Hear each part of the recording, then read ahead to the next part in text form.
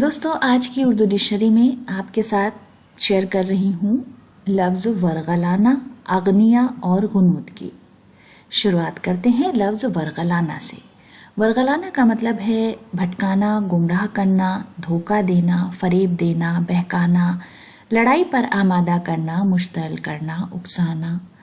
ہندی میں اتیجت، پردیپت، deceive, decoy, provoke, instigate, exciting, irritating, incentive اور پرووکیٹو جیسے الفاظ اس کے لیے استعمال ہوتے ہیں۔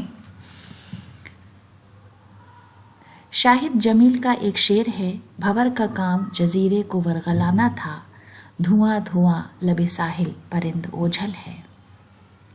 اس کے بعد لفظ اغنیہ۔ اغنیہ کا مطلب ہے توانگر، مالدار اور دولت مند لوگ، دھناڈے، سمردھ اور دھنی لوگ، rich and wealthy people, independent people. Habib Musavi کا شعر ہے، دوست بن کر کرتے ہیں نیکی کے پردے میں بدی، راز نیت یہ ہے دیکھو اغنیہ کے جوڑ توڑ۔